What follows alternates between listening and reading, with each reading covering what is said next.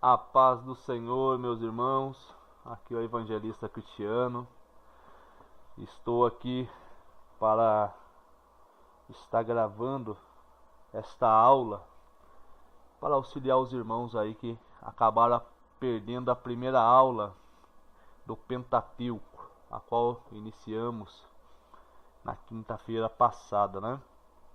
O objetivo, irmãos, é exatamente este: aprimorar ainda mais o conhecimento dos irmãos, auxiliar aqueles que não puderam estar participando.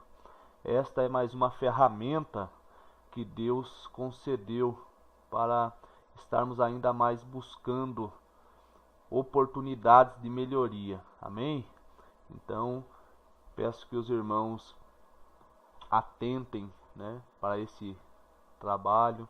Sempre que precisarem, consulte. Eu também estou à disposição se caso tiver alguma necessidade específica, e juntos vamos crescer na presença de Deus. Amém?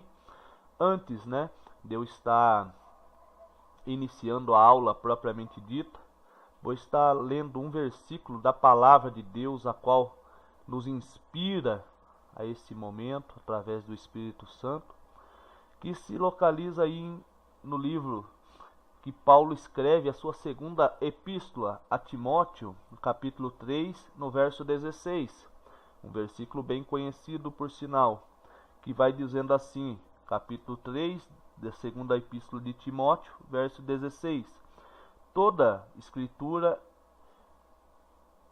escritura é divinamente inspirada, é proveitosa para ensinar, para redarguir, para corrigir, para instruir em justiça, para que todo homem, verso 17, para que o homem de Deus seja perfeito e perfeitamente instruído em toda boa obra. Paulo ele está escrevendo então esta epístola dizendo a Timóteo: informa a igreja, fala ao povo que toda a escritura divinamente inspirada é proveitosa para ensinar, para redarguir, para corrigir, para instruir em justiça, para que todo homem de Deus seja perfeito e perfeitamente instruído para toda boa obra.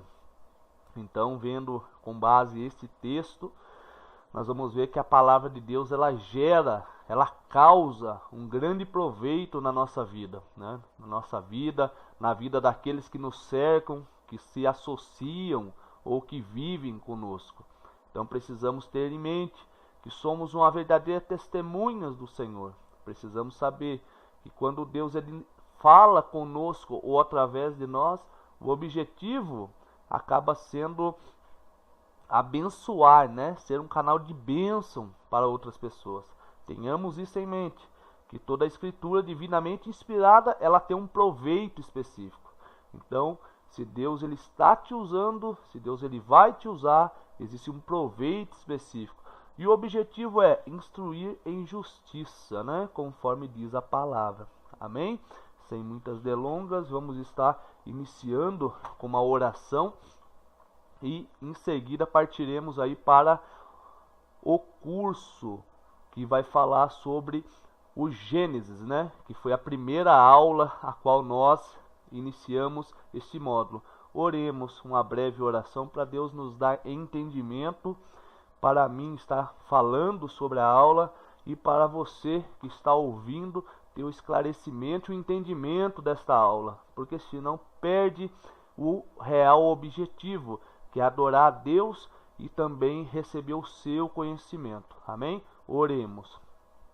Senhor Deus e Pai, em nome de Jesus, nesse momento, ó Pai, com base nesta palavra, a qual o Senhor o inspira Paulo a escrever para Timóteo, dizendo que a tua palavra ela é proveitosa, ela traz grande proveito para a nossa vida, né? Precisamos agora, Senhor, do teu Espírito Santo para nos auxiliar, nos ajudar, nos fortalecer, nos esclarecer, que todo desânimo, toda distração, tudo aquilo que não provém do Senhor, ó Deus, em nome de Jesus seja embarreirado agora e possamos linkar o nosso pensamento com o Senhor que o Senhor possa trazer a nós o entendimento da tua palavra. Estudaremos o livro de Gênesis agora, irmãos. Em nome de Jesus, vamos estar seguindo para a glória de Deus. Observe que esse módulo do Pentateuco, ele é composto por 5 lições, conforme todos os livros a qual nós estudamos. E esta primeira lição que estaremos estudando é Gênesis, a qual nós temos aí uma introdução para que os irmãos vá se situando. Então vamos para a introdução, onde vai dizer que o Pentateuco é uma palavra que procede do grego, pente, de onde vem a nossa palavra penta, que quer dizer 5, e teucos, estojos, para rolo de papiro. Fazendo um parênteses, irmãos, não havia, né, na época que foi escrita a palavra de Deus, a prensa ou a impressora. Então era escrito em papiros. Então a palavra de Deus ela é escrita nesses papiros, a qual formava os rolos. Por isso chama teucos, estojo. E esses rolos eram guardados em estojo. Então vamos em frente. Era o papiro e também os pergaminhos, né, que era feito com peles de animais. O termo ficou conhecido a partir da tradução do cânon em hebraico para o idioma grego em torno do ano 277 a.C., a pedido de Ptolomeu II do Egito, conhecido como a Septuaginta, ou a tradução dos 70, que foram 70 anciãos que estavam ali à disposição de Deus, instruído por Deus, a qual fizeram ali a tradução da palavra do Senhor. Uma curiosidade para os irmãos, a Septuaginta é o nome da versão bíblica hebraica para o grego, koiné, traduzido em etapas, entre o 3º e o 1º século antes de Cristo em Alexandria.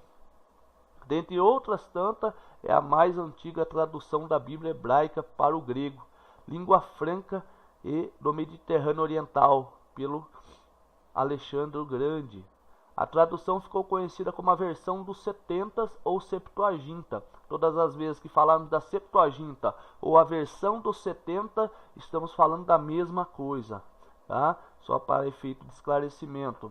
Palavra latina que significa 70, ou ainda em romano, né, que é o LXX, que também é o número 70, pois 72 rabinos de cada uma das 12 tribos trabalharam nela, e segundo a história teria completado a tradução em 72 dias.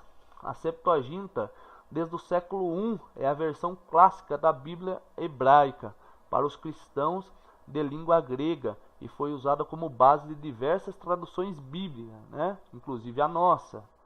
Vamos para o segundo slide, a qual nós vamos continuar aqui falando da palavra de Deus nesse módulo do Gênesis. Lembrando que estamos estudando o Gênesis, o primeiro livro da Bíblia que compõe o Pentateuco.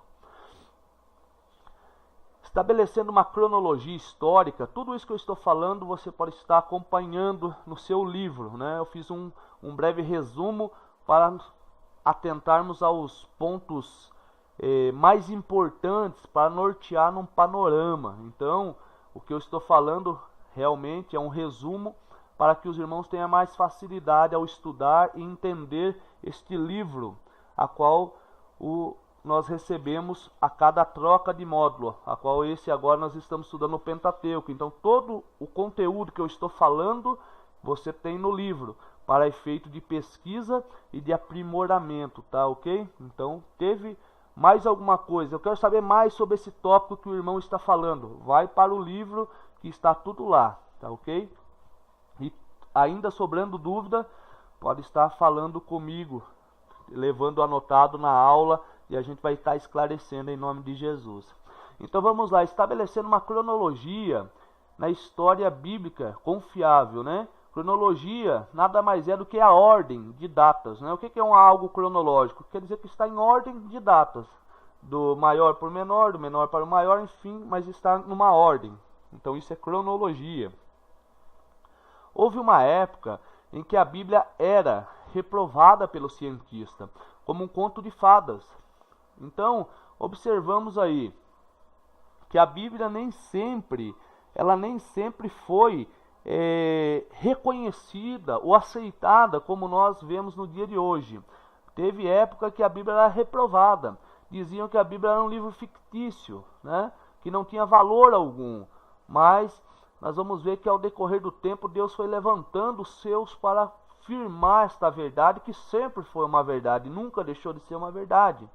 Em função disso, continuando no slide, muitos pesquisadores bíblicos se empenharam, buscaram evidências que comprovassem a veracidade das Escrituras, provando que a Bíblia é um livro real e não fictício, ela é verdadeira. Porque a Bíblia, irmãos, ela é análoga. O que isso quer dizer? A Bíblia, ela interpreta a própria Bíblia, né? Não precisa de nada paralelo. Quando usamos algo paralelo, né, é para justamente esclarecer o nosso entendimento histórico, justamente para nos dar mais base para afirmar aquilo que já sabemos da palavra de Deus, mas não que os fatos paralelos eles realmente validem a Bíblia. Não, o fato é que a Bíblia é a Bíblia que valida os fatos paralelos e não ao contrário. Então tudo que nós conhecemos fora da Bíblia tem que passar pelo teste da palavra. Ou seja, se a Bíblia diz que não é, ainda que os livros científicos digam que é, para nós não tem valia alguma, porque nós andamos por fé, pela palavra de Deus. Amém? Seguindo, aqui uma curiosidade, Verdade e Vida, seus escritores da Bíblia. Aqui nós vemos o grande poder de Deus em fazer a harmonia acontecer, né? Durante 1500 anos aproximadamente, Deus revelou sua mensagem a 40 pessoas diferentes, que escreveram os 66 livros da Bíblia. Muitas delas não viveram na mesma época, mas seus escritos foram de um modo perfeito, porque Deus deu a mensagem a eles. E aqui na segunda de Pedro 1, capítulo 1, verso 20 e 21, diz assim: sabemos que primeiramente isto, escreveu Pedro, que nenhuma profecia da Escritura provém de particular elucidação, porque nunca jamais qualquer profecia foi dada por vontade humana. Entretanto, os homens santos falaram da parte de Deus, movido pelo seu Espírito Santo. Glória a Deus. Então nós vamos ver aqui que nada que está relatado, registrado na Bíblia, veio de parte humana, ainda que Deus, pela sua misericórdia, infinita graça, ele usou o ser humano para estar escrevendo. Mas isso não quer dizer que saiu da mente humana, pelo contrário. A mente humana foi apenas um canal para Deus registrar tudo aquilo que Deus tinha para nós. Observamos que esses homens não viveram na mesma época, não eram contemporâneos. Mas mesmo assim, não vemos a Bíblia se contrapondo, ou um profeta se contrapondo ao outro. Pelo contrário, o que um diz, outro valida, porque o Senhor é o mesmo, a palavra tem a mesma fonte, a mesma origem, que é o nosso Deus, o nosso Senhor e Salvador, Jesus Cristo. Amém? Avançamos para o próximo slide. Estabelecendo ainda uma cronologia bíblica confiável, métodos utilizados para a medição dos acontecimentos bíblicos. Há vários métodos, ou metodologias para estarmos estudando a palavra de Deus. Vou estar apresentando alguns, conforme está no livro. Lembrando que é importante ler o livro, porque o livro vai trazer com mais pormenores, mais detalhes para os irmãos. Vários métodos são usados pelos pesquisadores bíblicos para estabelecer uma cronologia bíblica. Um eclipse solar, um terremoto, comparação de início e fim de um reinado.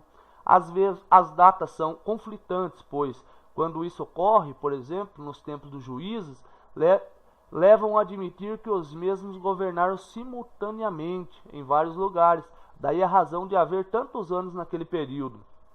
O que isso quer dizer, que eu acabei de ler? Então tem os meios que você pode estar validando, ou melhor, buscando registros paralelos através dos efeitos fenômenos naturais da natureza, que é um eclipse solar, um terremoto, uma comparação. Você pega lá a Bíblia dizendo, e teve o início do reinado, e terminou o reinado no ano tal. Com essas medidas, ou com esses números, com esses períodos, você somando, você consegue montar uma cronologia. Quem viveu aqui, quem reinou aqui, quantos anos foi, para qual rei foi passado o reinado. Então esses são meios que você pode estar utilizando para fazer o que? Montar uma cronologia, né? E às vezes você vai ver que as datas são conflitantes, porque vamos dizer uma comparação aqui, nós moramos na cidade de Vargem, então temos Extrema ao nosso redor, temos as cidades circunvizinhas, né? Bragança, Atibaia, que está no nosso raio aqui mais próximo. Isso quer dizer o quê? Que às vezes as datas são conflitantes, porque o mesmo juiz que julgava a cidade de Vargem, ele julgava a cidade de Extrema, ele julgava a cidade de Atibaia e a de Bragança. Então, se somarmos o julgamento, né, o período dele em Bragança, Vargem, Atibaia, separadamente, o que vai acontecer? Vai ter um acúmulo maior de anos, o que vai dar esses conflitos. Então, entender o contexto a qual esse juiz estava inserido é importantíssimo, para que nós não venhamos fazer números que a Bíblia não diz que existem. Então, como eu disse, nós temos tudo, a Bíblia é coerente. O teste da palavra é que valida a palavra de Deus para a nossa vida, né? É o teste, ou melhor dizendo, os meios paralelos para a nossa vida. Então, quando nós fazemos uma contagem, tem que fechar. Aqui embaixo tem uma janelinha aqui onde vai falar os pré-patriarca, né, ou pré-patriarcal, que foi a criação, a queda, o dilúvio, nós vamos estar vendo isso adiante. Patriarcal, os períodos, na verdade, pré-patriarcal, que foi antes, né, de Abraão. Depois patriarcal, que está em Abraão, Isaac, Jacó e José, os 4 patriarcas, que nós vamos estudar também. Mosaico, que vem Moisés, Êxodo, os 10 mandamentos, até chegar a Canaã. O pré-monárquico, que é o que são os juízes, Débora, né? No caso aí, juízes, Débora, Gideão, Sansão e Samuel, foram juízes que julgaram Israel. Então são pré-monárquicos, porque são antes dos reis, né? E depois vem os reis, a qual entra Saul, Davi, Salomão, e a divisão do reino pós o reinado de Salomão. Mas vamos adiante com a palavra do Senhor. Então, nós estamos aí vendo agora, estabelecendo ainda uma cronologia, onde vai falar um pouco mais dos patriarcas pré-diluviano. Isso é interessante, muito interessante. Por quê? Porque vai falar dos patriarcas antes, né, do dilúvio, que seria aí desde a criação do mundo. Então a história é medida através de 2 tipos de datas. Isso é uma informação muito importante para nós.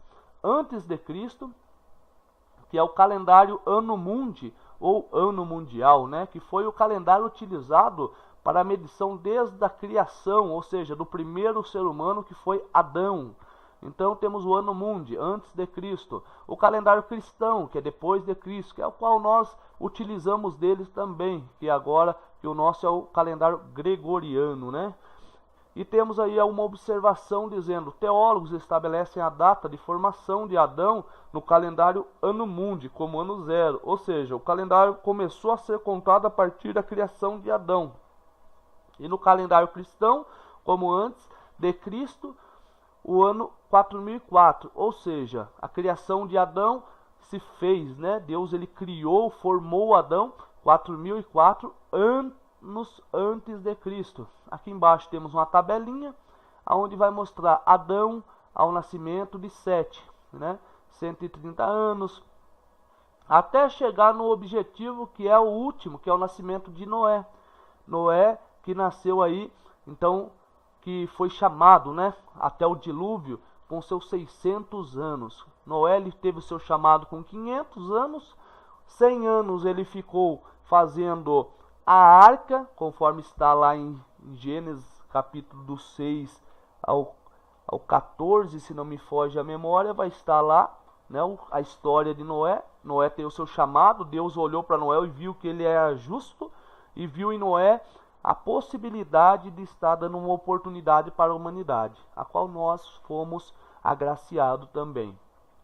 Então olhamos aí que Noé teve seu período de 100 anos, né? Ao contrário que muitos dizem que é 120 anos. Não, Noé foi chamado com 500 anos e findou até o dilúvio com 600. Com 600 anos Deus manda o dilúvio. Então o período que foi do chamado até o dilúvio, 100 anos. Isso é um equívoco comum até de alguns irmãos que ministram, falando que Noé teve 120 anos. E a Bíblia não diz isso. Amém? Avançaremos para a glória de Deus. Estabelecendo uma cronologia histórica, bíblica confiável, né? O período pré-patriarcal, 2.900 anos a 2000 a.C. Vamos estar vendo aqui, para entender a civilização da época de Abraão, é preciso recorrer a documentos que comprovem quem eram os habitantes que povoaram o Oriente Médio. Então nós vamos aqui ver do chamado de Abraão até o cumprimento da promessa, isso já pós o dilúvio. Ao contrário que muitos dizem, né, Abraão realmente ele morava na cidade de Ur com seu pai Tera, né? Seu pai Tera. Só que como Deus, com um propósito de salvação, Deus ele tira a família, né? Eles saíram da cidade de Ur dos caldeus, mas não chegaram a Canaã. Saíram de lá com o propósito de Deus preservar, porque 4 anos depois, a cidade de Ur seria invadida pelos inimigos. Então, nós vamos ver que Abraão e seus pais, né, seu pai Tera, sua família, eles vão parar na cidade de Harã.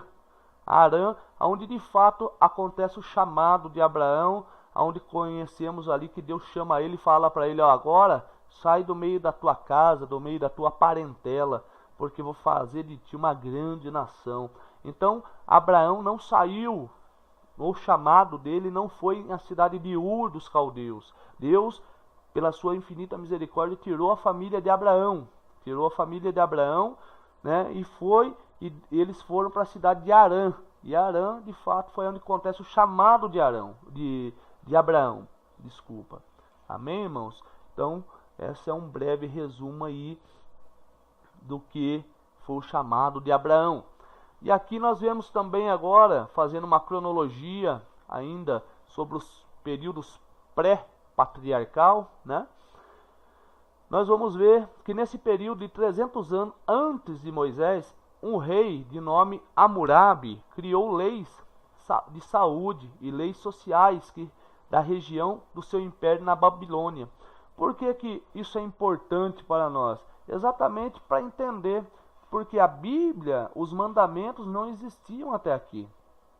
E os patriarcas precisavam ter algum parâmetro para estar trabalhando ou para estar se norteando, né, no seu padrão moral, no seu padrão espiritual. Enfim, ele teria que ter uma lei que trouxesse a eles um norte de como agir, o que era certo, o que era errado.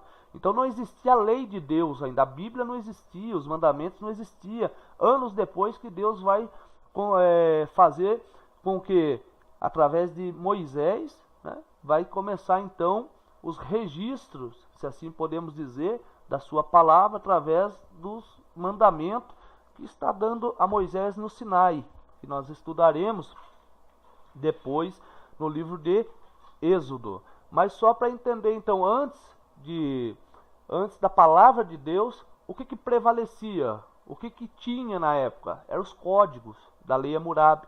Então esses códigos ele fazia o que? Norteava o povo do certo e do errado. Então é interessante que Deus já se proveu disso, porque esse Hammurabi, esse rei, nós vamos ver no decorrer agora que algumas leis que ele estabelece é parecida com a que Deus vai dar anos mais tarde para Moisés.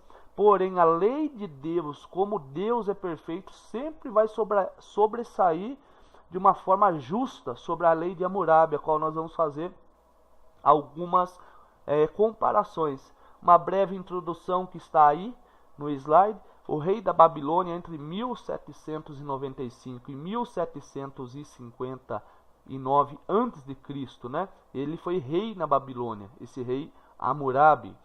O sexto rei da primeira dinastia babilônica conseguiu livrar a Babilônia do controle dos elamitas. Assim estabeleceu a grandeza de antiga Babilônia.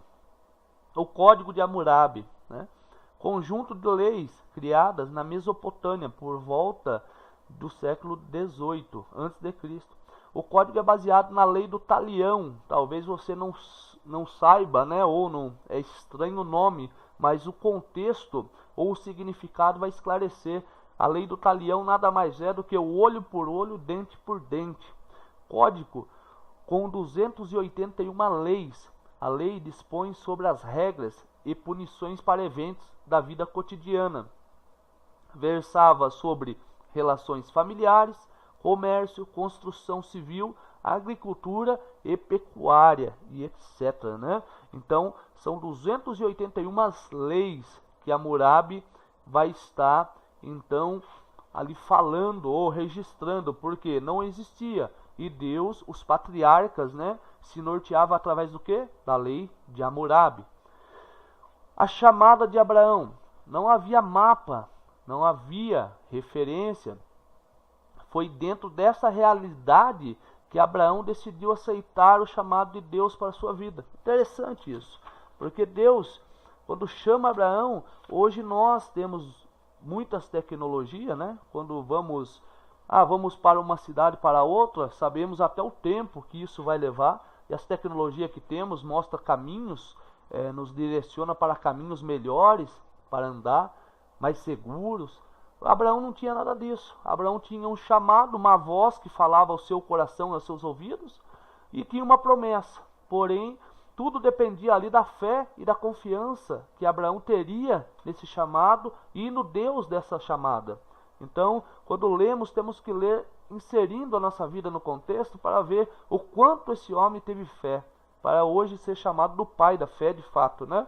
Então não foi algo assim simples ou fácil. Mas Deus chama e sabe a quem chama. A promessa de uma grande nação, essa foi a promessa que Deus faz a Abraão, quando Abraão ainda está na cidade de Harã, né? Harã, só um parênteses aqui, porque Harã, quando seu pai Tera sai da cidade de Ur dos Caldeus e vai margeando ali o rio, né? O rio Tigre, o rio Eufrates, então eles sobem. E diz a palavra do Senhor que está registrada ali em Gênesis, que Abraão teve um irmão, e o seu irmão chamava Harã. E ele faleceu, a Bíblia não dá registro por quê, qual foi o motivo desse falecimento, ele morreu. E quando eles chegam nessa cidade, o pai de Abraão então dá em homenagem ao seu irmão, né, o nome dessa cidade Harã. Então está aí, fecha o meu parênteses, só para os irmãos saberem o porquê desse nome, Harã. Vamos lá.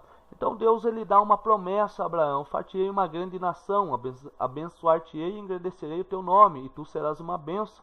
Olha agora para os céus e conta as estrelas, se pode contar. E disse-lhe: assim será a tua descendência. E creu ele no Senhor, e imputou-lhe isso por justiça. Então, observa que Deus ele não deu muito detalhe para ele. Falou: você confia em mim e eu te farei isso. Não falou como faria isso, né? Deus não dá os detalhes para ele, quando seria isso. Tanto é que nós vemos hoje o chamado de Deus, a promessa de Deus, melhor dizendo, acontecendo hoje. Agora, onde está a chave do negócio? Aqui no final, onde diz: ele creu no Senhor e Deus imputou-lhe isso por justiça. O que é imputar? Imputar nada mais do que acreditar. Deus creditou. Imagina nós hoje, no nosso contexto, nós temos uma conta no banco e uma empresa vai lá e credita, coloca um crédito em nossa conta por aquilo que fizemos. É o que Deus fez na conta de Abraão. Só que essa imputação, esse crédito que Deus coloca na vida de Abraão é tão grande que hoje nós ainda somos beneficiados por esse crédito. Porque através da crença de Abraão em Deus, a obediência de Abraão em Deus, abriu as portas para a nossa vida em Deus. Amém? Então, seguindo, nós vamos estar observando um pouquinho mais sobre a palavra de Deus. Como eu tinha falado, eu quero trazer aqui um pouco sobre, antes de entrar nesse slide, né, que vai falar do papel de Moisés, quero falar um pouquinho aqui, como eu já tinha comentado, sobre as leis de Hammurabi e as leis de Deus, fazendo um paralelo para os irmãos entender o quanto a lei de Deus é muito mais perfeita, aliás, perfeita como Deus é. Então não teria lógica, né? As leis de Hammurabi sobressaía de Deus. No máximo ela poderia chegar perto da de Deus, porque acredito que Deus também o instruiu, porque não tinha lei, e Deus então deu entendimento para ele estar fazendo as leis. Então, acusação, tem uma tabela no livro na página 14, se vocês quiserem estar acompanhando, na página 14, vai falar sobre negócio fraudulento, acusação. A punição na lei de Deus, devolver em dobro. A punição na lei de Hammurabi, a morte.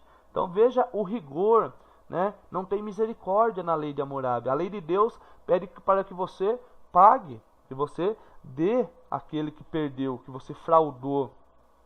O furto na lei de Deus, devolver em dobro. Está lá em Êxodo 22:7, né? Mas na lei de Hammurabi é a morte. Roubou, morre. Acolher escravo fugitivo. Na lei de Deus não há punição para quem acolheu. Na lei de Hammurabi, a morte. Na lei de Deus, maltratar um escravo. Na lei de Deus, a punição seria libertar o escravo. Não poderia maltratar o escravo. Na lei de Hammurabi, o mestre é recompensado. Então veja que não há uma justiça estabelecida, porque ele maltrata o escravo e ainda é recompensado. Na lei de Deus, Deus fala, agora você deve libertar o escravo, porque você não pode maltratá-lo.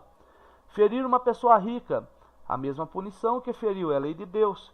A mesma punição ao que feriu, artigos 196 e 197 da lei Hammurabi. Então aqui está igual, né? No mesmo alinhamento. Não é a lei Hammurabi que valida a lei de Deus, mas a lei de Deus que valida a lei de Hammurabi, porque a de Deus sempre sobressai. Ferir uma pessoa pobre, quem feriu será ferido. Multa de uma mina de prata, ou seja, para quem ferir na lei de Deus, Deus fala, tem que ser ferido também. Agora, como ferir um pobre na lei de Hammurabi, a pessoa pode pagar uma multa, se assim podemos dizer. Ferir até a morte a filha de um homem. Na lei de Deus, cada caso deve ser julgado de acordo com o seu mérito. Na lei de Hammurabi, morte ao que feriu, morte ao que a feriu, né? E para finalizar, ferir a filha de um pobre. Cada caso será julgado conforme o seu mérito. Essa é a lei de Deus. Independente se é rico ou é pobre, Deus ele enxerga da mesma maneira. O ato será julgado conforme o seu mérito. Já quando é uma filha de um pobre, na lei Hammurabi é estabelecido uma multa. Ou seja, se eu firo a filha de um homem rico, eu vou morrer. Se eu ferir a filha de um homem pobre, eu vou pagar uma multa e está tudo certo. Alguma relação com os dias de hoje? Imagina, uma reflexão aí para os irmãos, né? Então vemos que a lei Hammurabi, ela não tem a justiça plena. Já a lei de Deus é plena. Nada foge à lei de Deus. Amém? Vamos em frente. O papel de Moisés na formação das Escrituras.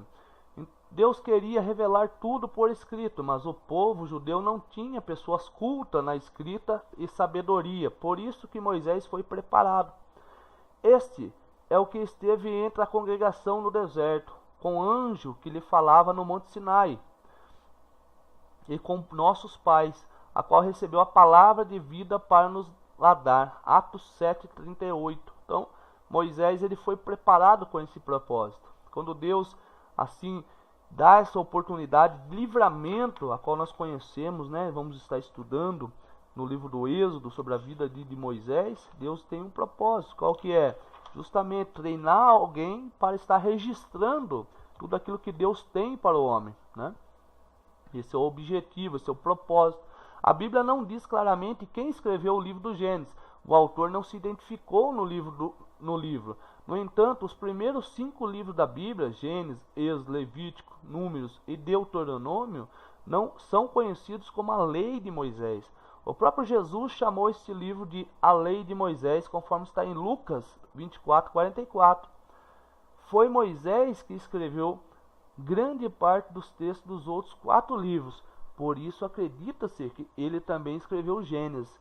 Então, a Bíblia não traz, de fato, não temos um fato histórico. Pela tradição judaica, foi Moisés que escreveu 5 livros, que foi o Gênesis, o Êxodo, o Levítico, Números e Deuteronômio, que os 5 formam o que nós estamos estudando, que é o Pentateuco.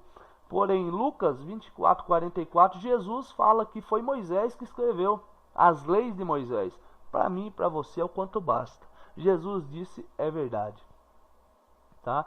Então, seguiremos assim. O papel de Moisés, ele teve a sua vida preservada, como vamos conhecer a história, né? Ele foi ali naquela matança onde Faraó pede para matar aquelas crianças. Moisés, ele acaba sendo preservado por Deus e vai ser enviado ao palácio. Mas isso nós vamos estudar em Êxodo, né? Vamos seguir.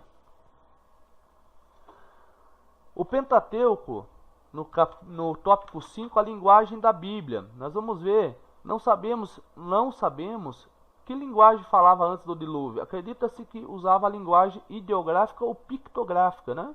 Porque a Bíblia não traz qual é o tipo de linguagem que eles usavam, como que eles falavam, qual era a comunicação. Então não temos isso claro. Mas embaixo nós vamos ver os cuneiformes da Suméria, né? Como que era escrito. Nós vamos estar vendo aí as letras, ou os desenhos que simbolizavam as letras. Aqui tem uma tradução para o nosso alfabeto, mas é só para nós termos uma noção de como que era. Então, olhando o livro traz bastante informação assim para esclarecimento, mas só para efeito de curiosidade eu coloquei aí essa fases da escrita ideológica. O que seria a fase ideográfica, né? Ideográfica se caracteriza pela escrita através de desenhos especiais chamados ideogramas.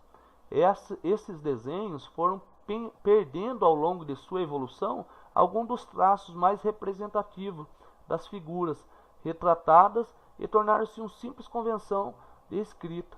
As letras do alfabeto do português, por exemplo, vieram desse tipo de evolução.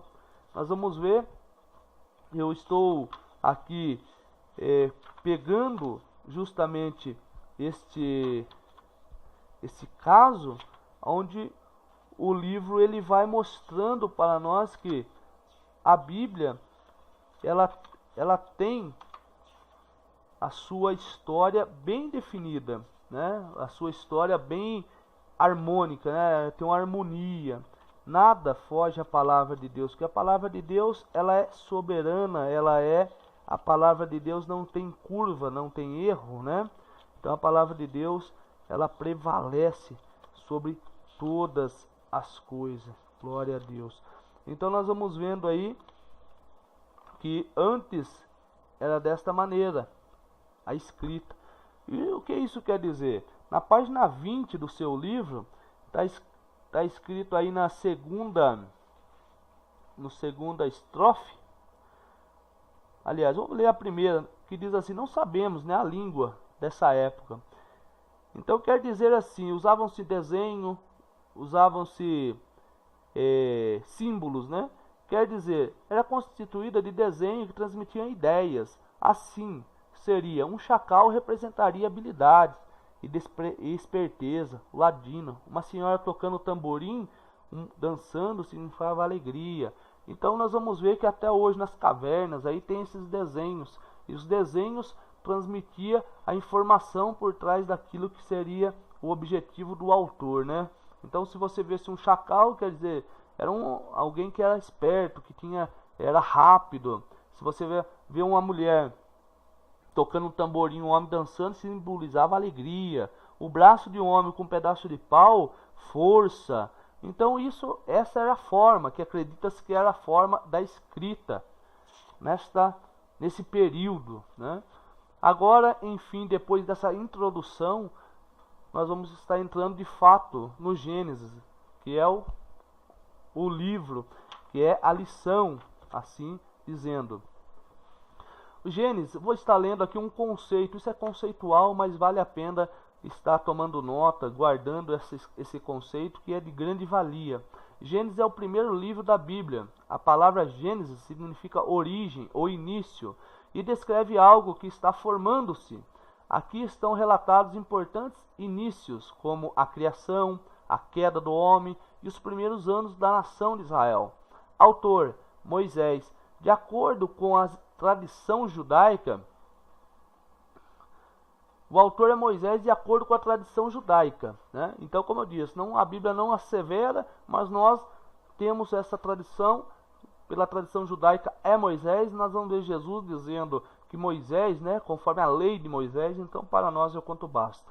A data que foi escrita é incerta, talvez 1450 a 1400, tá? Aqui está 140, mas é 1400 antes de Cristo. O propósito do Gênesis é mostrar como o mundo e tudo que nele contém vieram a existir, e o desejo de Deus de ter um povo separado para adorá-lo. Então ali está o propósito central, né? Como Deus criou tudo, como Deus preservou tudo, como Deus cuida de tudo e o que Deus tem preparado para nós. Então esse é o propósito. Qual é o tema central? Origem do mundo, a humanidade, a origem da humanidade, o pecado e a nação de Israel, a soberania e a fidelidade de Deus, obediência e bênção. Esses são a parte conceitual do livro de Gênesis, né? O porquê que foi escrito, qual é o propósito, qual é o tema, quem escreveu, qual foi a data e quais são os importantes tópicos, né, a ser observado nesse livro. Ainda introduzindo o Gênesis, nós vamos ver que na Torá é chamado de Bereshit, ou princípio. O livro é dividido em partes. Princípio da terra, e do início da humanidade, que vai de Gênesis 1 até o 5. Resumo de como as nações se corromperam e a destruição de toda a vida terrestre através do dilúvio, que vem ali de Gênesis capítulo 6 ao capítulo 11. E vamos ver também o chamamento de Abraão e a história dos patriarcas até o fim do livro, que vai do capítulo 12 até o capítulo 50, né? Do lado nós temos uma tabelinha que vai falar um pouquinho sobre a história primeva, que é a história, né, primitiva antes dos pré-patriarcal, né, os pré-diluvianos. E nós vamos ver também a história dos patriarcas, que foi pós o dilúvio. Então nós temos a narrativa da criação, a narrativa da queda e o capítulo a seguir, capítulo 3, a origem das civilizações, capítulo 4 e 5, a história de Noé, que vai estar ali no capítulo 6 ao 9 de Gênesis, descendentes de Noé e a Torre de Babel, onde aconteceu ali, né, a confusão das línguas, que está no capítulo 10 ao capítulo 11, a história de Abraão, que está no capítulo 11 ao 25, a história de Isaac e seus filhos, que está no 25 ao 36, né, e a história de José, que está do 37 ao 50, já dentro do Egito. Então nós temos aí uma divisão que facilita a vida do aluno, né? Está estudando, está aí observando, fazendo estudos detalhados. Eu quero saber da narração da criação. Então você vai para o capítulo 1 e 2 de Gênesis. Quero saber como foi a história de Abraão. Do capítulo 11 ao 25, vai estar tudo detalhado ali. E estudem, leiam, queiram saber mais. Porque quanto mais você sabe de Deus, mais o mundo vai ficando claro para você que nós não temos muita coisa. Ou, melhor dizendo, o nosso foco aqui, o único, é trabalhar para o Senhor, nosso Deus, em Jesus Cristo. Amém? Vamos lá. Ainda agora nós vamos estar falando da criação. A criação é algo fenomenal. É bem verdade que eu não consigo fazer um trabalho ou uma apresentação muito pormenorizada aqui. mas vai dar para a gente ter uma ideia. Eu recomendo ao aluno estar estudando cada dia, né? Conforme está aí. Número 1, Deus ele faz separação da luz, da escuridão, tá em Gênesis, né? 1, 3 ao 5. No número 2, dia 2, Deus separava as águas do céu, tá em Gênesis 1, 6, 8. No dia 3, terceiro dia, Deus separa a terra do mar e cria as vegetação, tá no Gênesis capítulo 1, verso 9 ao 13.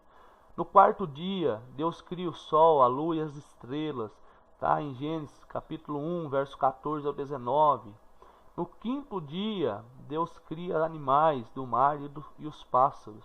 Está em Gênesis capítulo 1, verso 20 ao 23. No sexto dia, Deus cria os animais da terra, o homem, as árvores e as árvores frutíferas. Está em Gênesis capítulo 1, verso 24 ao 31.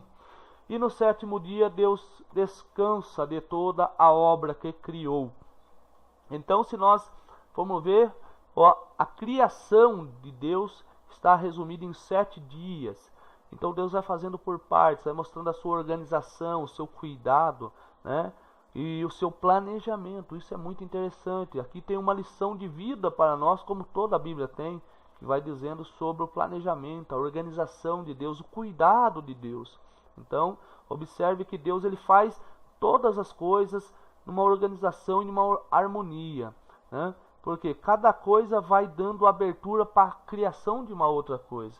E assim Deus faz. E no sétimo dia Deus ele dá o arremate, o acabamento. E aí sim ele observa toda a plenitude, a grandeza da sua criação. E Deus viu que era bom, né? Graças a Deus. Adiante. Nós vamos estar então observando agora alguns temas chaves que está aí em Gênesis. Essa tabelinha também, essa tabela, irmãos, não está no seu livro, como a anterior também não estava. São tabelas ou fontes paralelas que contribuem para o entendimento do livro, da lição. Então, tudo que eu estou pegando está atrelado à lição. E são recursos externos, mas que nos auxilia ao entendimento do livro, tá? Então, leiam o livro, que é importante, que tem muita informação importante no livro. O tema-chave em Gênesis 1:11, o Senhor responde ao pecado humano de duas maneiras. Ele traz justiça sobre a rebelião e oferece graça pela promessa de uma futura bênção para seu mundo. Gênesis capítulo 3, verso 11. Então aqui, todas as histórias em Gênesis 3, capítulo 3, 11, oferecem diferentes exemplos que exploram as diferentes facetas do pecado humano e seus resultados. Então vamos ter 3 coluninhas que vai estar trabalhando o pecado humano, as consequências e a graça de Deus, a misericórdia, né? Deixa eu até fazer um paralelo aqui entre misericórdia e graça. Muitas das vezes falamos achando que é sinônimos, mas não é. Conceitual, ela tem uma diferença. A graça, o que seria a graça? A graça, ela é o favor imerecido de Deus para a nossa vida. Então a graça foi Jesus vir e dar oportunidade de salvação para nós. Isso é graça, favor imerecido. E o que é misericórdia? Misericórdia é graça, só para a gente fechar a ideia, o conceito. Graça, eu recebo aquilo que eu não mereço. Isso é graça. Deus me deu aquilo que eu não mereço. Eu não merecia a oportunidade de ser salvo. Eu não merecia, como ninguém de nós merecíamos. Deus, pela sua infinita graça, nos deu essa oportunidade. Recebemos o que não merecíamos. E misericórdia? Misericórdia é quando Deus não nos dá o que merecemos. Por exemplo, o que eu merecia? Eu merecia receber todas as punições pelo pecado. Pecado adâmico, de fato. Porque, ainda que eu fale, eu não pequei, eu já venho de uma geração pecadora, né? Uma geração, como Davi falou, em pecado me concebeu a minha mãe. Porque ele entendia que o pecado de Adão estava sobre ele. Então, quando Deus não me pune por isso, Ele não me dá o que eu merecia, Ele está praticando para comigo e para com você o que? A misericórdia. E a graça é quando Ele dá para nós a oportunidade, né? É aquele favor imerecido. Nós não merecíamos, mas Deus nos deu. Amém? Vamos seguir aqui. Então, temos 3 colunas, onde tem as referências bíblicas do lado, mas vamos falar dos conceitos, onde diz assim, o pecado humano, rebelião. Qual foi a consequência da rebelião que aconteceu, né? Primeiramente no céu e depois aqui no Éden, na terra. Então, consequência, a terra foi amaldiçoada. Qual que foi a graça, o favor imerecido de Deus para a nossa vida? Promessa de um Redentor. Então, Jesus Cristo, ele é prometido através, né, desse cenário. Pecado, assassinato, consequência, rupturas sociais e morte. Qual foi a graça? Enoque e Noé. Deus deu uma oportunidade, né? Noé e Enoque. Enoque Deus toma para si e Noé, então Deus ele traz a sua justiça através ali de Noé. Pecado humano, terra corrompida. Consequência, dilúvio. Graça, pacto com a criação. Pecado humano, Torre de Babel. Quando vamos construir aquela torre achando que poderiam estar explorando aquilo que Deus não permitiu a eles, né? Querendo chegar ao céu. Então isso foi um pecado que Deus não tolerou. E o que aconteceu? A consequência, Deus dispersa. Deus coloca a confusão das línguas e dispersa todo aquele povo. E a graça, bênção para todas as nações. Através da dispersão, Deus alcança toda a terra. Vamos aqui uma breve explicação assim, mais contextual mesmo, que vai falar sobre a linhagem real de Jesus. É interessante para a gente saber, né, desde Adão, qual foi as linhagens aonde nasceu, né, a família que Jesus foi trazida através dessa família ao mundo por Deus. Então nós vamos ver que desde Adão até Davi, né? De Davi vem a geração de Salomão e Natã, e vai chegar a Maria e a José e a Jesus, que foi recebido por esta família, foi agraciado, né? Essa família foi agraciada pelo Redentor. Então nós conseguimos aí entender um pouquinho da linhagem até a chegada, para entender como, por que Jesus veio através de José, por que através de Maria? Porque estavam os dois, ambos estão atrelados à promessa, né? Que é o que? A raiz de Davi. Amém? Então isso é uma curiosidade que eu coloquei aí para a gente estar entendendo um pouquinho do que Gênesis, o que Deus promete no Gênesis quando Adão e Eva caem pelo pecado. Então, estudando por partes, nós vamos ver aí que o livro traz o pecado do homem, a queda e o pecado do homem, né? A morte de Abel e o destino de Caim, os inventores, né? Que Deus deu inteligência, sabedoria, Jabal e Jubal, a história de Abraão, Melquisedeque, os patriarcas Abraão, Isaque, Jacó e José, a provisão de Deus para seu povo em meio à fome no Egito, e o encerramento do livro de Gênesis, que está na página 42. Amém? Muito interessante ler o livro, o módulo de Gênesis, e ler o livro da Bíblia, Gênesis também, para você ter essa visão ampla, fechadinha, e aprender ainda mais sobre a palavra de Deus. Vamos estar aqui encerrando. Então, temos aqui no final desta lição, na página 42 do seu livro, está lá as lições, certo? E as lições, ela vem algumas perguntinhas qual você vai ter que responder. Marque certo para certo e a letra E para errado. Então a primeira pergunta é: os 5 primeiros livros da Bíblia são conhecidos como pentagramas. Então a resposta está errada. Você vai colocar a letra E no quadradinho lá. E está onde essa resposta? Página 8. A segunda: as datas e acontecimentos paralelos da história foram importantes para estabelecer a veracidade das escrituras. Tá certo ou tá errado? Tá certo. Tá onde? Também na página 8. Para entender a civilização à época de Abraão, é preciso recorrer a documentos que comprovam quem eram os habitantes que povoaram o Oriente Médio. Está certo esta resposta está na página 12. A pergunta de número 4. Gênesis 37 apresenta as civilizações que se formaram no mundo da época depois do dilúvio. Está errado. Por que está errado? Porque não é Gênesis 37. Nós vamos ver que vai falar ali entre Gênesis 6 até o Gênesis 12, né? Não Gênesis 37. Então está errado e a resposta se encontra na página 17 do seu livro. Número 5. Gênesis na Torá é chamado de Bereshit, ou no princípio. Isso está certo, está na página 21. E, para finalizarmos então o questionário, depois, que é o número 6, né? Depois dos acontecimentos com o seu sobrinho Ló, Abraão e sua comitiva desceram novamente para Gerar. E nesta ocasião ele mente de novo, afirmando ser Sara sua irmã. Está certo ou está errado? Está certo.